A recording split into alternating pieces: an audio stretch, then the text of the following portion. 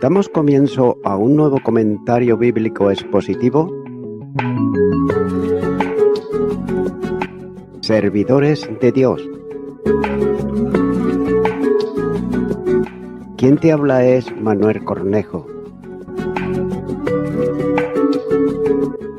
En esta ocasión estaré compartiendo sobre el libro de Génesis, en Génesis, capítulo 2 y versículo 1, donde dice: Fueron pues acabados los cielos y la tierra, y todo el ejército de ellos. Vamos a estar hallando en estos primeros versículos del 1 al 3, más bien va a ser un resumen de todo lo relatado en el capítulo 1 de Génesis. Y en este capítulo 2 va a estar expresando la consumación de la obra creadora de Dios. La culminación de la obra se enfatiza 4 veces. Note que además el texto dice 3 veces que Dios terminó todo. La Biblia, por otro lado, no deja ni la más leve posibilidad de que haya habido una evolución en la obra de la creación, ya que la palabra de Dios deja bien claro que la mano soberana de un creador lo hizo todo sin dejar nada fuera de su diseño. Sigue diciendo este versículo: y todo el ejército de ellos. También debe de observarse, en primer lugar, que las criaturas, hechas tanto en el cielo como en la tierra, son las huestes o ejércitos de ellas, lo que denota como numerosas, pero note que también ordenadas, disciplinadas y bajo mando. Ahora bien, ¿cuán grande es la suma de ellos? Y notamos que cada uno sabe y mantiene su lugar, ya que Dios los usa como una hueste para la defensa de su pueblo y la destrucción de sus enemigos, porque Él es el Señor de los ejércitos de todos estos ejércitos. Daniel capítulo 4 y versículo 35 nos dice: Todos los habitantes de la tierra son considerados como nada. Él hace según su voluntad en el ejército del cielo y en los habitantes de la tierra, y no hay quien detenga su mano y le diga: ¿qué haces? En segundo lugar, hallamos que los cielos y la tierra son pedazos acabados y también lo son todas las criaturas que hay en ellos. Tan perfecta es la obra de Dios que nada se le puede añadir o quitar de ella.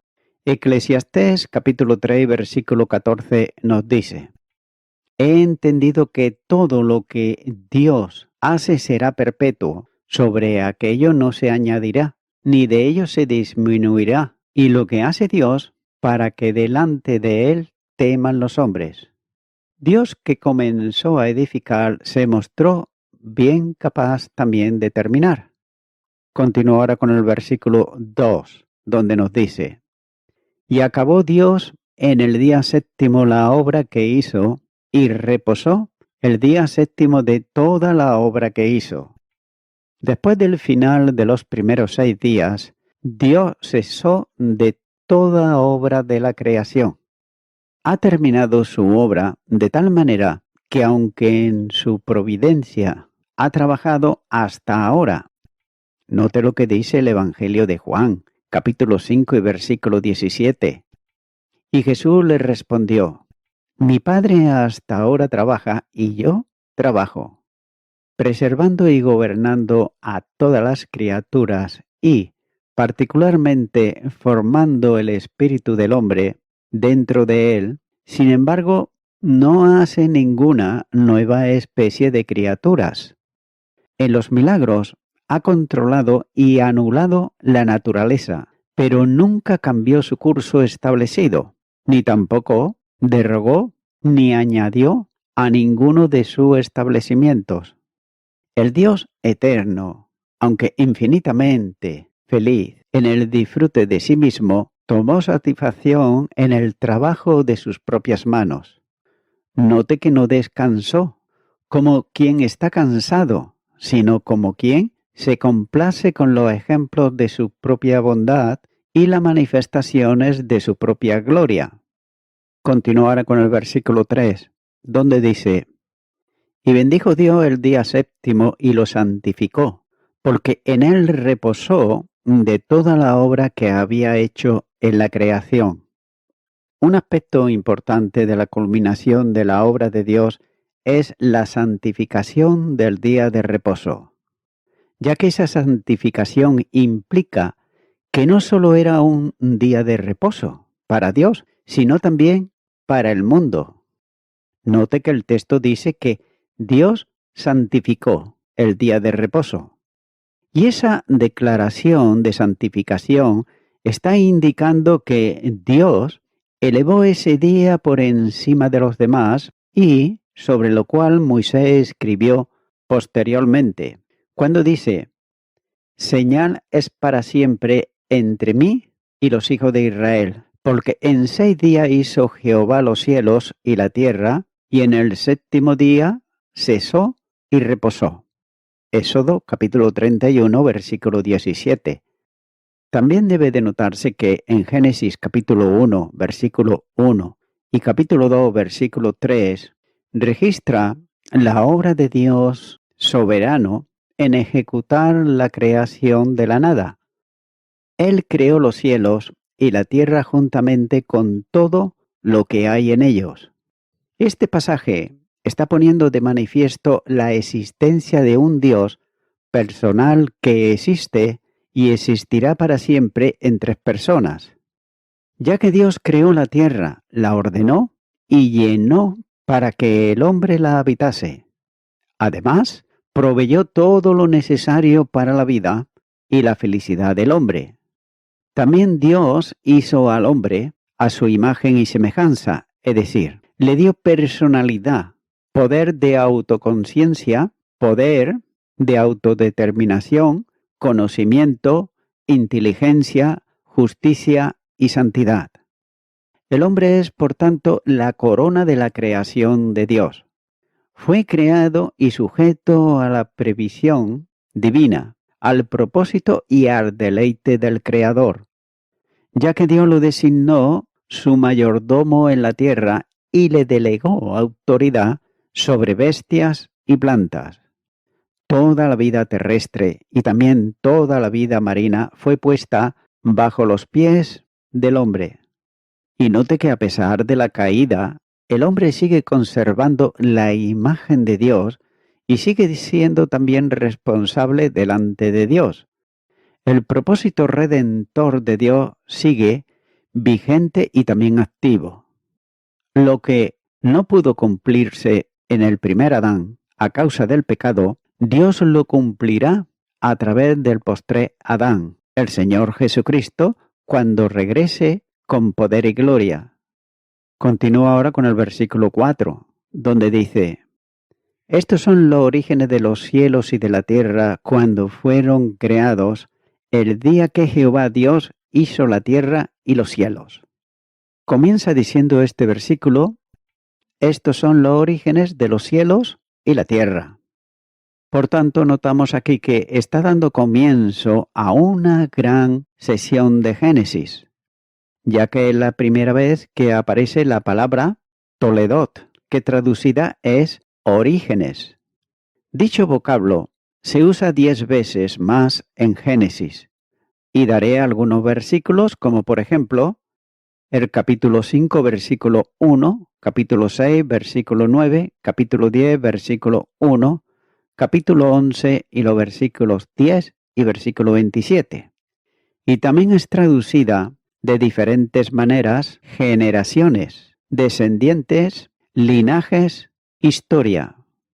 Tengas en cuenta que las palabras, estos son los Toledot, de los cielos y la tierra, cuando fueron creados, está formando parte del encabezamiento de lo que a continuación sigue, ya que todas las veces que dicho vocablo aparece, se usa como un encabezamiento de lo que sigue y por tanto excluye la posibilidad de ser un apéndice de lo que precede. La manera como vocablo Toledot es usado en Génesis que está señalando que literalmente significa la generación o la descendencia de alguien y el desarrollo de esas generaciones de sus descendientes. Es decir, la historia de los que han sido engendrados o el relato de lo que le ocurrió y lo que realizaron. Pero note que en ningún caso es la historia del nacimiento o el origen de la persona nombrada en el genitivo, sino siempre el relato de su familia y de su vida. Y según ese uso del vocablo no puede entenderse por él Toledot de los cielos y la tierra, el relato de origen del universo, puesto que según el punto de vista bíblico, los diferentes elementos que construyen los cielos y la tierra no pueden ser considerados como generaciones ni como producto de evoluciones, como sugiere la comunidad liberal, ni tampoco puede clasificarse juntos con la posteridad de los cielos y la tierra. Todas las criaturas en los cielos y en la tierra fueron hechas por Dios y traídas a la existencia por el poder de su palabra, según su soberano diseño. Pero note que eso no niega el hecho de que Él hizo que algunas cosas salieran de la tierra, tal como el Toledot de Noé, por ejemplo, no menciona su nacimiento, sino que contiene su historia y el nacimiento de sus hijos. Así también el Toledot de los cielos y la tierra no describe el origen del universo, sino lo que le sucedió a los cielos y a la tierra después de su creación. Resumiendo, el vocablo Toledot significa la historia de, y dicho vocablo nunca expresa cómo llegaron a existir las cosas o las personas. Dice que sucedió después de que tales cosas o tales personas aparecieron en escena. Por otro lado, el plural Toledot simplemente transmite la idea muy común en hebreo de los muchos detalles individuales que intervienen en la formación de una historia o un relato. Dice la palabra de Dios, el día que Jehová Dios hizo la tierra y los cielos. Génesis capítulo 2, versículo 4, la segunda parte.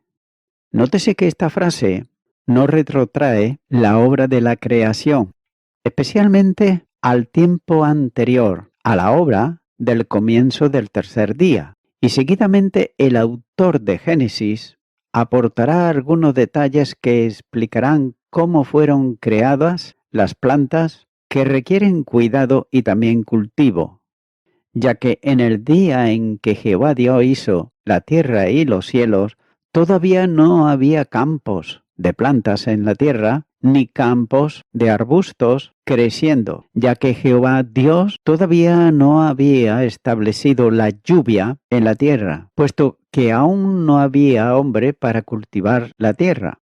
Pero por otro lado, había vapores que subían de la tierra y que mantenían la irrigación de toda la superficie del suelo. Y estos versículos están confirmando el hecho de que Dios cuidadosamente preparó la tierra para la llegada del hombre. Evidentemente Moisés tiene en mente la obra realizada por Dios en el tercer día de la creación. Cuando Dios crea al hombre, ya la tierra estaba preparada para que la habitase. El soberano creador, nótese que no deja fuera detalle alguno. Continúa ahora con el versículo 5, donde dice, y toda planta del campo antes que fuese en la tierra, y toda hierba del campo antes que naciese, porque Jehová Dios aún no había hecho llover sobre la tierra, ni había hombre para que labrase la tierra. Dice la primera parte de este versículo, nótese que ni una planta del campo estaba todavía en la tierra.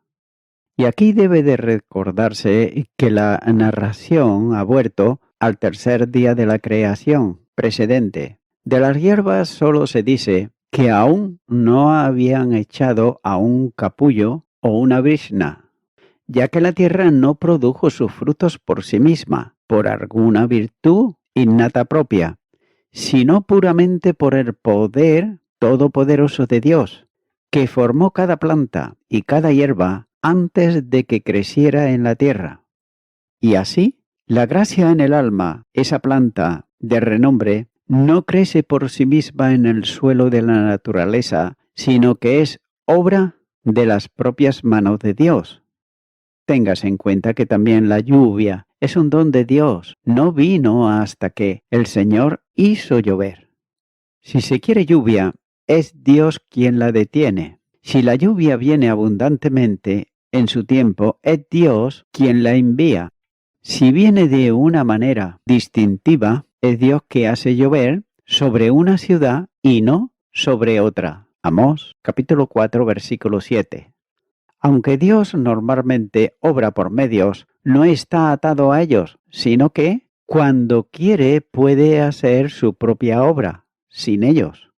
Así como las plantas fueron producidas antes de que se hiciera el sol, así eran antes de que hubiese lluvia para regar la tierra o del hombre para cultivarlas. Por lo tanto, aunque no debemos de tentar a Dios con el descuido de los medios, debemos también de confiar en Dios en la falta de medios, ya que de una o de otra manera Dios se encargará de regar las plantas que son de su propio plantío. Aunque todavía no había llovido, Dios hizo una niebla, equivalente a una lluvia, y con ella regó toda la faz de la tierra. Así, escogió cumplir su propósito por los medios más débiles, para que la excelencia del poder fuera de Dios. La gracia divina desciende como niebla o rocío silencioso y riega también a la iglesia sin ruido. Continuar con el versículo 6, donde dice, sino que subía de la tierra un vapor, el cual regaba toda la faz de la tierra. El estado de la tierra y del vapor y la falta de lluvia muestra claramente que el cielo hidrológico original era muy diferente al que existe en el día de hoy, ya que la tierra no era todavía el lugar adecuado para el cultivo como lo es hoy. Las cosechas de comestible aún no habían aparecido. Aún el firmamento era también diferente, porque, al parecer todavía, no había nubes ni lluvia, sino solamente un vapor que subía de la tierra y regaba toda su faz. De manera que la escena era semejante a un panorama acuoso. El vapor se alzaba continuamente, se condensaba y se precipitaba como lluvia. La cubierta vaporosa que rodeaba la tierra, probablemente, impedía la verdadera lluvia. Ese parece ser el significado, por ejemplo, de Génesis capítulo 2, versículo 6, donde dice, sino que subía de la tierra un vapor, el cual regaba toda la faz de la tierra. Es decir, que aunque no había lluvia, como lo conocemos en el día de hoy, la tierra estaba perfectamente hidratada por el vapor que ascendía y luego se precipitaba al suelo. Y voy concluyendo con esto. Vivimos en un mundo que está orientado hacia la acción, ya que siempre parece que hay algo para hacer y no queda tiempo para descansar. Sin embargo, Dios demostró que el descanso es adecuado para el hombre y además bueno. Tengas en cuenta que si Dios mismo descansó de su trabajo, no debe de sorprendernos, por otro lado, que también nosotros necesitemos ese descanso.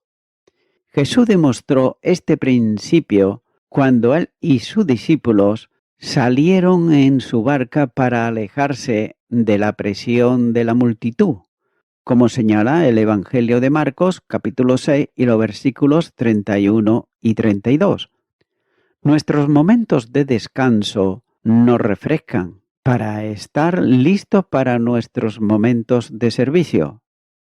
Amigo y amiga oyente, la palabra de Dios nos enseña en el Evangelio de Mateo, capítulo 11, versículo 29, dice: Llevad mi yugo sobre vosotros y aprended de mí, que soy manso y humilde de corazón, y hallaréis descanso para vuestras almas.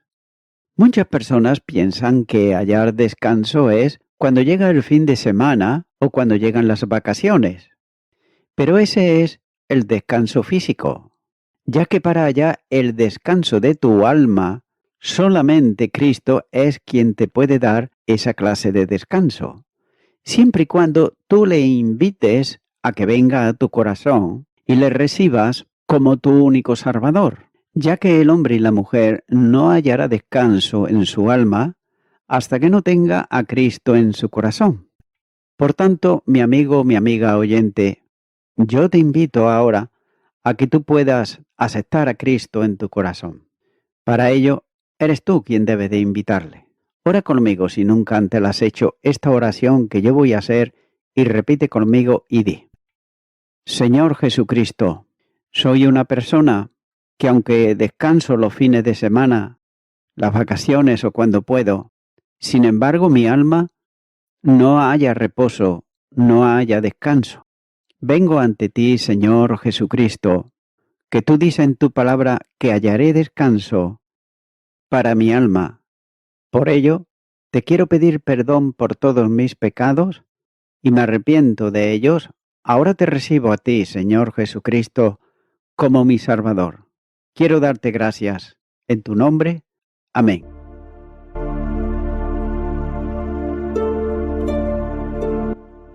Amigo y amiga oyente, si tú has hecho esta oración de corazón, te recomiendo que comiences a orar a Dios, en primer lugar, en el nombre del Señor Jesucristo. Orar a Dios no es rezar, sino que es hablar con una persona. También te recomiendo que leas la palabra de Dios y lo hagas a diario. Comienza, por ejemplo, con el Nuevo Testamento. Y también, por último, te recomiendo que para que puedas crecer espiritualmente, te congregues en una iglesia cristiano-evangélica, donde se predique, se enseñe y se practique la sana doctrina y la palabra de Dios. Congrégate ahí y con el tiempo podrás crecer espiritualmente y también servir al Señor Jesucristo.